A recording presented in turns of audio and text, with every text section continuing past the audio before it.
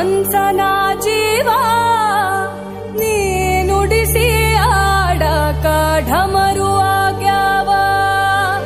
ಯಾಕ ಶಿವಲಿಂಗ ನಡೆಸುತ್ತಿ ಹಿಂಗ, ಏನೇನೂ ಇಲ್ಲಯ್ಯ ನಮ್ಮ ಕೈಯಾಗ.